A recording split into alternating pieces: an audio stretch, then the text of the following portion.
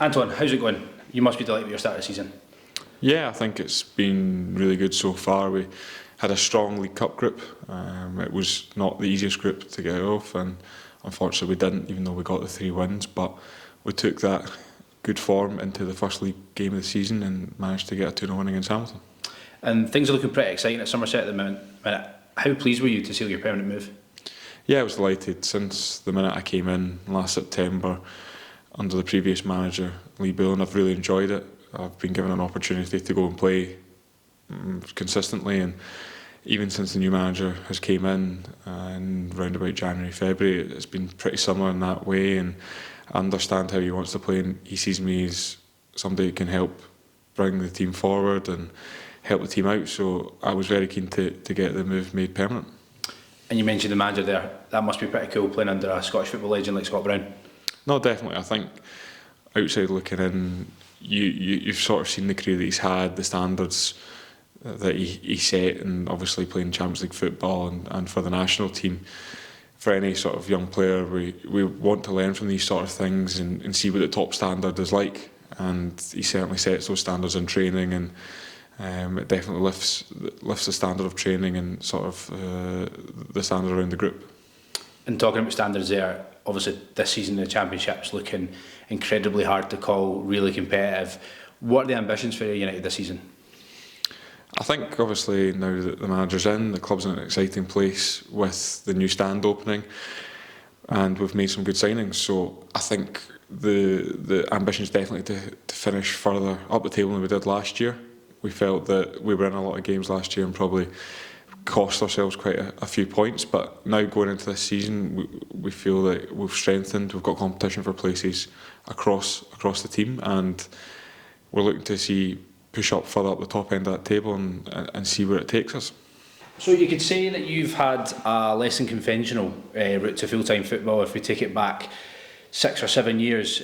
What was it like going from playing university football directly into the SPFL? Yeah, so after my 4 years with Heriot Watt, I sort of finished my degree and was looking for a job and in something to do with business. So I joined a company called FNZ and worked as a business analyst there as a graduate for 2 years. And it was at that time I had offers to stay in teams in the Lowland League. I could have stayed at Heriot Watt also, but my manager there, BJ Coyle, was very sort of positive and inspirational in the sense that he wanted me to go and try and as far up the ladder as I could go to sort of test myself. And it came about that I got a trial offer through East Fife to come in and do the pre-season with them, and thankfully they took an opportunity on me, and I guess from there it sort of kicked on.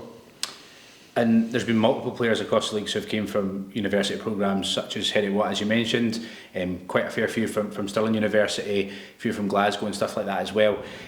How would you describe sort of balancing your studies alongside your it was almost a full-time football schedule in terms of 2 games a week for 10 months and then training on top of that? Did that help you moving forward? Yeah, definitely. I think the way that the universities are set up now are so professional in the sense that you've got the gym there, you've got sports scientists there, you've got masseurs, you've got extra coaches. I mean, everything is really there for you to go and improve. I personally found that all the football 4 or 5 days a week was a good escape from the studying. It meant that not only did you have a bit of a routine, but it kind of gave you a chance to focus on one thing at a time. You know, you had your classes in the morning, you got them done, and then you could focus on the football. And I think the fact that you compete, as you said, in 2 different leagues, one with just universities and then one in the east of Scotland, it meant that there was a variation in everyone that you're playing against. So you're not only just playing against other students, but you're playing against sort of men on the weekend who've played further up the professional ladder, and they're probably coming to the end of their career, but you learn loads of things playing against them. And as I mentioned, there's been quite a few moving on, probably players that you've played with as well. I think a couple have moved on to Montrose just a couple of years after yourself.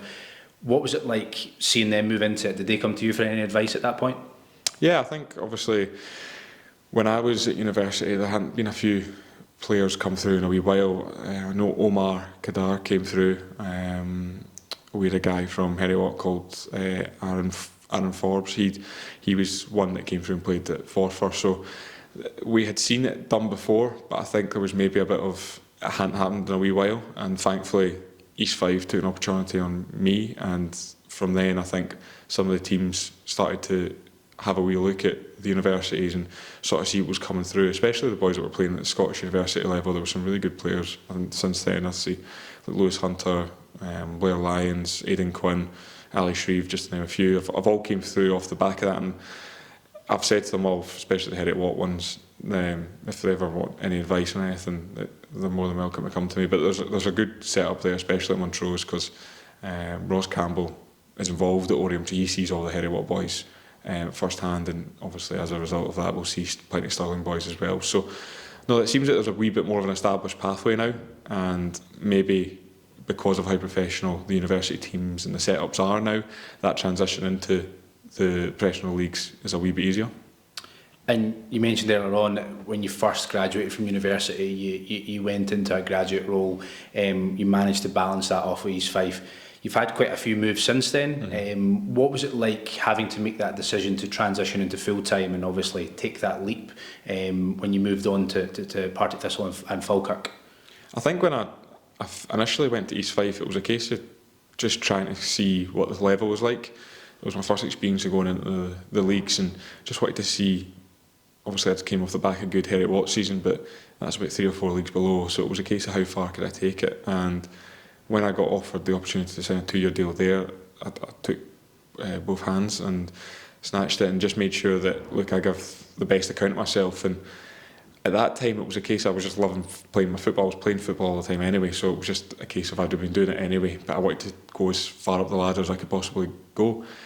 And then I always said if the opportunity did go to go full-time, I would definitely give it a chance, because I can always go back to my business degree and the job in which I was in. There's no sort of retirement age for that in the immediate future. So I was always saying that if I do get the chance to go play full-time football, I need to go do it. And on the flip side to that, for other PFA Scotland members who are perhaps looking at further education at the moment, what would your message then be? How significant do you think that is to try and broaden your horizons, try and maybe look to upskill in other areas? That there's obviously a number of players that we deal with here that are maybe in part-time contracts or even full-time contracts that are trying to do that at the moment. Yeah, I think the best advice I could do, the fact that I went to uni beforehand, made the decision a wee bit easier, because I didn't have to pick between one or the other. But I feel like just having more sort of strings in your bow and more opportunities and avenues to go down when the eventual decision happens where you're going to need to give up football as the main income stream, if you're best prepared for that decision and for that time, then I guess it stands you in better stead. Perfect, thank you, Anton.